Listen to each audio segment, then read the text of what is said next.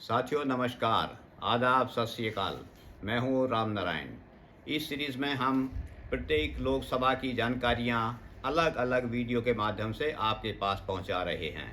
हम आभारी हैं पूर्व सेक्रेटरी जनरल लोकसभा व सुप्रसिद्ध संविधान विशेषज्ञ डॉक्टर सुभाष कश्यप, जिनकी पुस्तक हिस्ट्री ऑफ पार्लियामेंट से अन्य संसदीय मामलों की पुस्तकों के साथ संदर्भ लेते रहते हैं, तथा पूर्व सेक्रेटरी जनरल लोकसभा व संविधान विशेषज्ञ श्री जी.सी. मल्होत्रा जी का योगदान भी हमें विशेष रूप से समय समय पर मिलता रहता है। लोकसभा 8वीं जबरदस्त जीत। जी हाँ, पिछली 7वीं लोकसभा में जहां 2/3 सीट थी, वहीं 8वीं लोकसभा में कांग्रेस ने 3/4 सीटें हासिल की। क्या कारण रहे होंगे इस जीत के, इसे आप आगे जानेंगे अन्य रोचक तथ्यों के साथ इस वीडियो में। आज आधी सीरीज पूरी होने जा रही है। इस अवसर पर हम आपके सहयोग व इंटरेस्ट के लिए आभारी हैं। आपके सुझावों का हम स्वागत करते हैं, जिससे हम अपनी प्रस्तुति में और अधिक सुधार कर सकें। इससे पहले हम आगे बढ़ें, आपसे रिक्वेस्ट है, यदि आपने इस चैनल को सब्सक्राइब नहीं किया है तो कृपया सब्सक्राइब कर लें, लाइक व शेयर भी करें। साथियों, श्रीमती इंदिरा गांधी जी की एसेसिनेशन के 12 दिन बाद राष्ट्रीय शोक खत्म होने पर 13 नवंबर 1984 को चुनाव आयोग ने चुनावों की घोषणा कर दी, जिनकी आसाम व पंजाब स्टेट को छोड़कर 20 नवंबर 1984 को नोटिफिकेशन जारी हो गई। पोलिंग 24, 27 व 28 दिसंबर 1984 को हुई। सभी नतीजे 30 दिसंबर तक आ गए थे। पंजाब की 13 सीट्स के लिए इलेक्शंस सितंबर 1985 को और आसाम की 14 सीट्स के लिए 16 दिसंबर 1985 को इलेक्शंस हुए। 8वीं लोकसभा में 2 एंग्लो इंडियंस के नॉमिनेशन की सीट के साथ सदस्यों की कुल संख्या 545 हो गई थी। क्योंकि चुनाव इंदिरा गांधी जी के एसेसिनेशन के तुरंत बाद हुए, इसलिए कांग्रेस आई को मिली 402 सीटें, जनता दल एस को 14 सीटें, 2 सीट बीजेपी सहित जनता पार्टी को मिली 12, सीपीआईएम को 22, डीएमके के 2, कांग्रेस यू के 3, सीपीआई के 6, तेलुगु देशम की 30, एआईएडीएम की 12 सीटें मिली, आज़ाद व अन्य को मिली 51 सीटें। इन चुनावों में विशेषता थी रीजनल पार्टीज का बढ़ता होल्ड देखने को मिलना। नॉन कांग्रेस या अपोजिशन के 57 मेंबर्स रीजनल पार्टी के जीत कर आए। इन चुनावों में कांग्रेस की परसेंटेज ऑफ वोट्स पिछली लोकसभा के चुनावों के मुकाबले में बढ़कर 49.17 हो गई, जबकि बीजेपी का पोल शेयर बढ़कर 7.71% रहा। रीजनल पार्टीज की जहां 1962 में वोट परसेंटेज 6.3 थी, वहीं 1984 में बढ़कर 20.8% हो गई।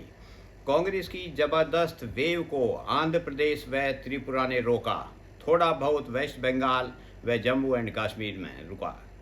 कांग्रेस ने इन चुनावों में पंडित नेहरू के समय 1957 में अनडिवाइडेड कांग्रेस के 371 सीटों का रिकॉर्ड तोड़ दिया। इस लोकसभा में एक अन्य सिग्निफिकेंट डेवलपमेंट हुई जब मार्च 1989 में 2 संसदीय दलों जनता पार्टी व लोक दल का मर्जर हुआ, जिसने संसद में जनता दल का रूप लिया। नई लोकसभा का गठन 7वीं लोकसभा के डिसोल्यूशन के दिन ही 31 दिसंबर 1984 को हुआ। इसका कार्यकाल 15 जनवरी 1985 से 27 नवंबर 1989 तक रहा। सबसे बड़े दल कांग्रेस आई के नेता श्री राजीव गांधी जी को 31 दिसंबर 1984 को प्रधानमंत्री बनाया गया। श्री बलिराम जाखर 16 जनवरी 1985 को यूनानिमसली स्पीकर चुने गए। श्री आर वेंकटरमन राष्ट्रपति चुने गए, जिन्होंने 25 जुलाई 1987 को शपथ ली। इस चुनाव में 3 कैंडिडेट्स मैदान में थे। श्री आर वेंकटरमन द्वारा राष्ट्रपति जी की शपथ लेने के साथ 25 जनवरी 1987 को उपराष्ट्रपति का पद खाली हो गया। डॉक्टर शंकर दयाल शर्मा अकेले उपराष्ट्रपति के चुनाव के लिए उम्मीदवार थे, जिन्होंने चुनाव घोषणा के बाद 3 सितंबर 1987 को शपथ ली।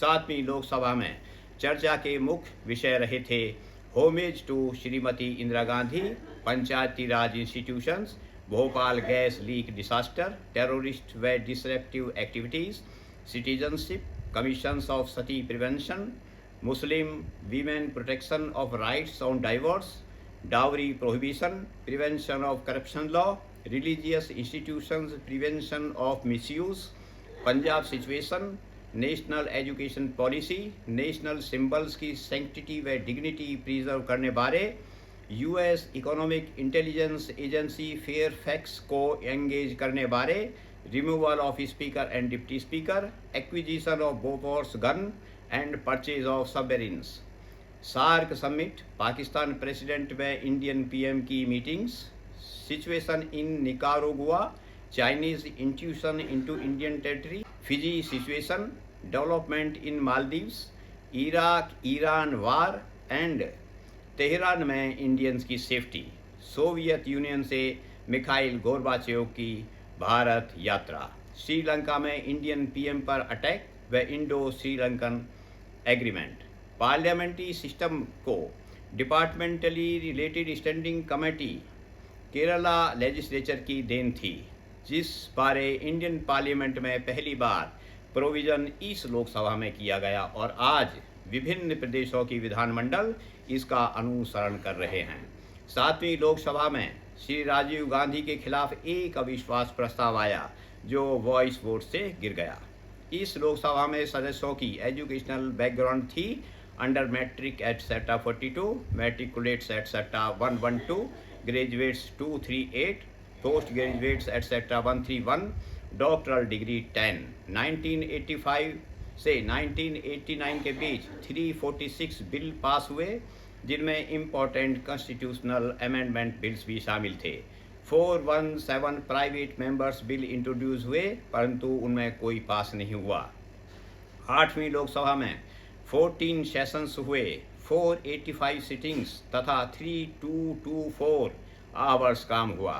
प्रिविलेजेस बारे मुख्य इशू शामिल थे प्राइम मिनिस्टर के खिलाफ सदन में तथा कथित मिसलीडिंग का इशू, सेंट्रल हॉल में एक एक्स मेंबर को राज्यसभा के एक सदस्य द्वारा असॉल्ट करना, 2 मंत्रियों द्वारा आर्टिकल 75 का तथाकथित वायलेशन, ऑनरेबल सुप्रीम कोर्ट से ट्रांसफर पिटीशन में स्पीकर को नोटिस मिलना, इन्वेस्टिगेटिंग एजेंसी को लोकसभा के डॉक्यूमेंट्स देने बारे, एक सदस्य की अरेस्ट व डिटेंशन जैसे विषय थे।